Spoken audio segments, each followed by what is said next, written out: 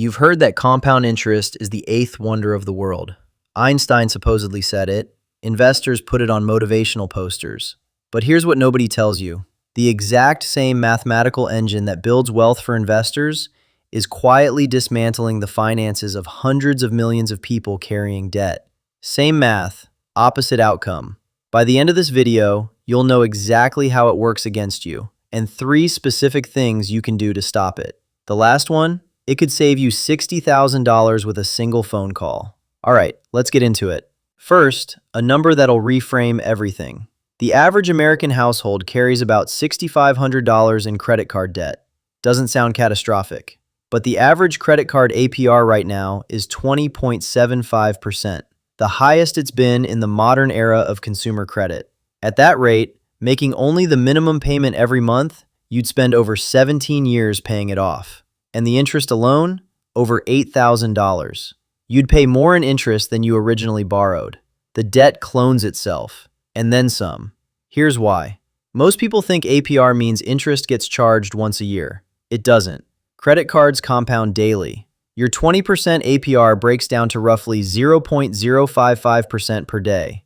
Day 1, you owe interest on your balance. Day 2, you owe interest on your balance plus yesterday's interest. On it goes, every single day until you pay it off. The rule of 72 makes this visceral. Divide 72 by your interest rate, and you get how many years until your debt doubles with no payments. At 18%, your debt doubles in 4 years.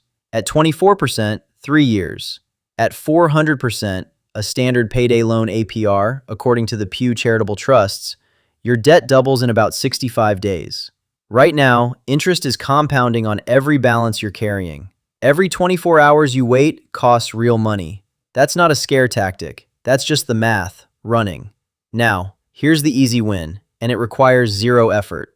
On your next credit card statement, find the box in the bottom left corner. It's called the minimum payment warning. The Card Act of 2009 requires every card issuer to print it. Plain language, how long it'll take to pay off your balance making only minimum payments, and how much total interest you'll pay. Most people have never looked at it. The CFPB found that the average cardholder guessed it would take about 5 years to pay off their balance on minimums. The actual answer was often 3 to 5 times longer. Pause right now if you need to. Go find that box. What's printed there is already yours. You just haven't read it yet. For a lot of people, that number is the moment everything changes. Here's where it gets interesting. Because once you've seen that number and you're ready to fight back, there are 2 methods for paying down debt, and one of them is mathematically wrong. But it might be the right one for you.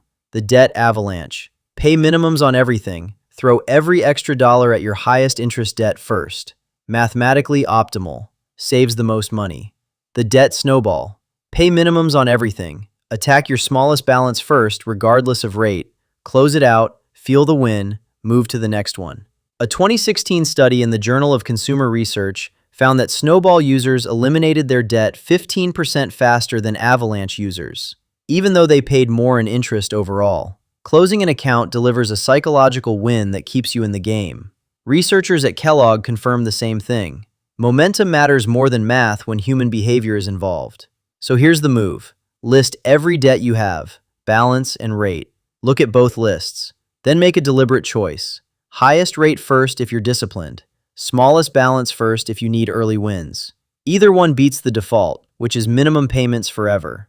If this is clicking for you, hit subscribe. I drop videos like this every week. And stick around, because the next one is the best one. Alright, remember how I said the last method could save you $60,000 with one phone call? Here it is. In 2009, a California woman named Ann Minch posted a video online that went viral overnight. She had a Bank of America credit card, never missed a payment, never broke the rules. Then one day, without warning, her interest rate jumped to 30%. She looked into the camera and said, quoting her directly, "This is a call to arms. I am not going to pay this rate. It's immoral, it's usury, and I'm not going to do it." Hundreds of thousands of people watched within days. Not because her situation was unusual, because it was familiar. She did everything right and got punished anyway. Her story became part of the political pressure that pushed the Card Act through Congress that same year. But Ann's story points to something bigger than one rate hike. It points to the long game, where the real money disappears quietly, over decades, in ways most people never fully see. On a $400,000 home mortgage at 7% over 30 years, you'll pay roughly $958,000 total. Over $550,000 of that is pure interest. In the first year, about 85 to 90% of every single payment goes to interest, not the house. You've paid on time, every month, for years. You open your statement. You've sent in over $100,000. Your balance has barely moved. That's not a mistake. That's amortization working exactly as designed. But there's a switch most homeowners never flip.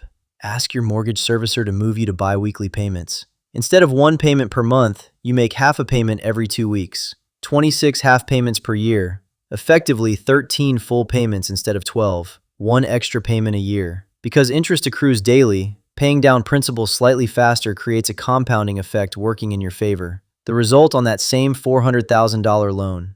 Over $60,000 saved in interest, and the mortgage paid off 4 to 5 years early. Not by paying dramatically more, just by paying slightly sooner, more often. Many servicers set this up for free.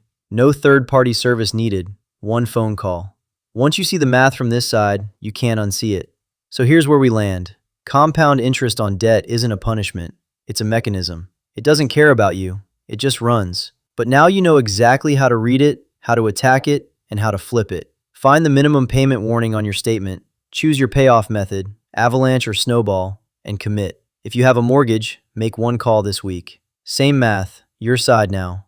If this helped you see your debt differently, share it with someone who needs to hear it, and subscribe so you don't miss the next one. Next week, we're getting into exactly how credit scores actually work, and why the advice most people follow is quietly keeping their score lower than it should be. You don't want to miss it.